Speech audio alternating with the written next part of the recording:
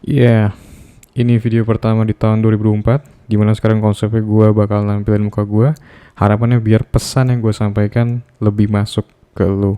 Jadi gue bakal sambil bacain notes yang udah gue bikin tentang konten yang mau gue sampein di video kali ini. Yaitu, kenapa nikah itu bukan sebagai solusi buat nyembuhin penyakit PMO yang ada di diri lo. Jadi alasan kenapa gue bikin konten ini yaitu karena gue sering banget ngeliat komentar di video cara berhenti PMO gue yang viewsnya paling banyak itu. Banyak banget komentar yang nyaranin dengan pede dan lantang. Makanya nikah bro, biar halal. Menurut gue ini sangat amat bukan solusi. Suatu keeroran dalam berpikir yang nganggap dengan lo nikah, dengan lo masangin cincin yang berkekuatan legal di jari manis tangan seorang wanita, maka problematika PMO yang menjajah diri lo selama ini kelar. No. Gue akan jelasin 4 poin yang akan mendibang. BTW bahasa Indonesianya dibang itu apa ya? Bentar gue cari tahu dulu.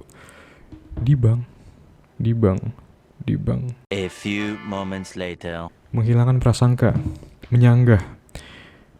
4 poin yang menyanggah persepsi kotor yang beredar di masyarakat kita bahwa nikah adalah solusi ultimate buat nyembuhin kecanduan PMO, a.k.a.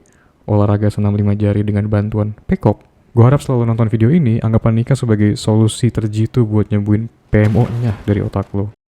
Jadi yang pertama, kenapa nikah itu bukan solusi buat nyembuhin PMO, lu secara internal tetap rusak.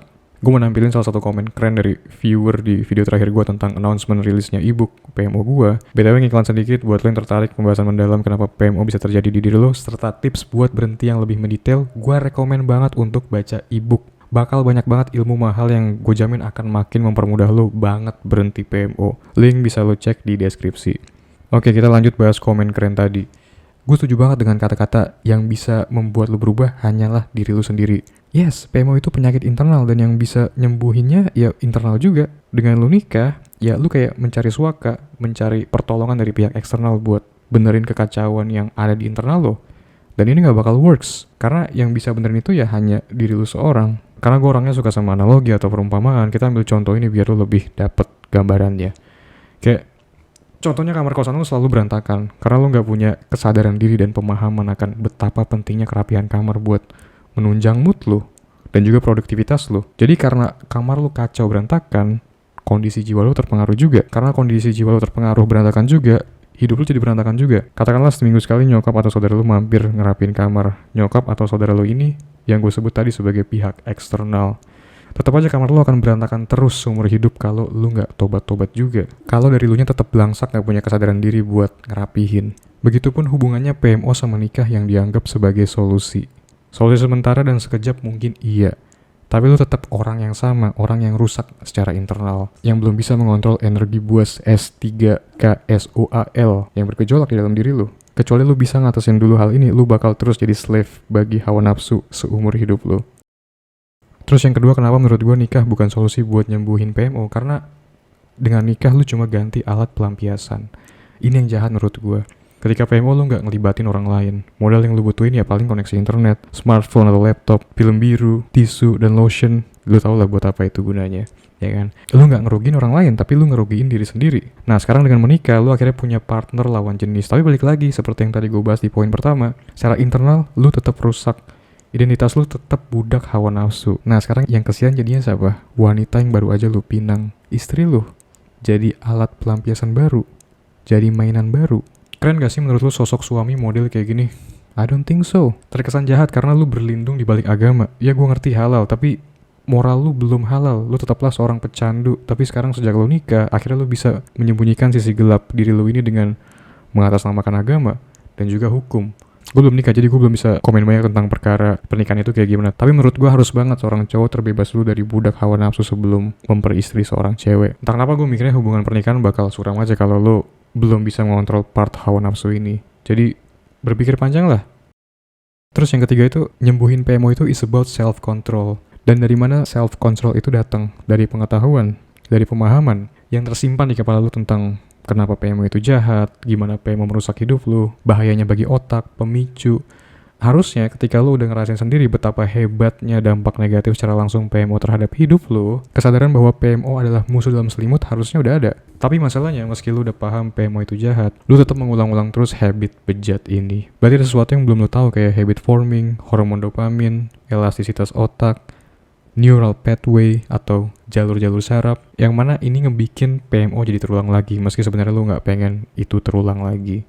Nah, jadi semakin lu tahu, semakin mudah buat lu untuk mencapai self control yang GG. Ibarat batu pantai yang dihantam ombak berkali-kali, lu tetap berdiri tegak dan strong, gak terpengaruh sedikit pun. Itu level self control yang menurut gua harus lu capai. Nah, sekarang dengan lu nikah, lu jadinya makin ngerasa leluasa karena udah ada yang asli kan, ditambah udah sah juga secara hukum dan dianjurkan secara agama. Jadinya ya lu makin melonjak, makin menggila. Makanya gue sering dengar cerita Pak Sutri di mana sang suami kecanduan pekop parah kronis, padahal dia udah nikah. Sebelum nikah ini pasti suami mikirnya problematika PMO yang dialami bakal kelar begitu nikah, tapi ternyata masih ada. Balik lagi kenapa? Karena dia nggak punya self control, karena dia nggak menguasai dirinya dulu sebelum akhirnya mutusin buat nikah. Istri jadinya komplain, kecewa karena kotak Pandora telah terbuka. Rahasia menjijikan selama ini yang disembunyiin akhirnya terungkap. Hancur akhirnya wibawanya sebagai suami. Jadi self control is the key, my friend. Terus juga potensi lu untuk jadi suami idaman yang keren itu redup kalau lu nikah buat nyembuhin PMO. Balik lagi, gue belum punya pengalaman nikah, jadi belum ada gambaran exactly gimana respon istri gue ketika tahu suaminya addict sama PMO. Tapi kalau gue boleh berimajinasi ngebayangin seandainya skenario tersebut terjadi, yang pasti pertama gue malu banget. Value gue sebagai seorang suami turun banget pastinya. Dan istri gue kecewa, pasti di dalam hatinya. Mungkin secara luarannya dia mau support, bantu gue untuk keluar dari lingkaran setan di mana gue terjebak selama ini. Tapi jauh di dalam lubuk hatinya dia pasti kecewa. Pasti. Itu dari penilaian sang istri. Dari aspek fungsionalitas lu sebagai seorang suami, well, performa lu sebagai seorang kepala keluarga untuk nge-lead dan mimpin keluarga bakal terhambat banget dengan lu kecanduan PMO menurut gua. Lu bakal jadi seorang suami dan ayah yang mediocre banget. Contohnya sekarang aja dengan lu single atau pacaran, lu ngerasain sendiri kan gimana PMO ngasih dampak negatif ke hidup lu. Apalagi nanti begitu lu udah jadi suami, jadi ayah, punya tanggung jawab yang lebih berat. Keberadaan PMO itu udah kayak beban gak guna yang seharusnya gak pernah ada di hidup lu.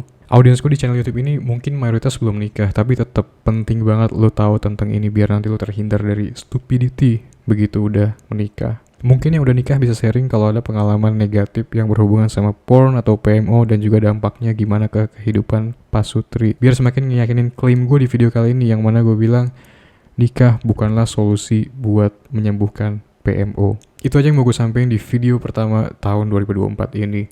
Jangan lupa, ebook panduan lengkap berhenti PMO udah live. Sangat recommended buat dibaca, khususnya buat lo yang ngerasa penyakit PMO udah kronis banget dan butuh solusi yang real. Oke, sampai jumpa di konten berikutnya dan seperti biasa, have an amazing day. Bye-bye.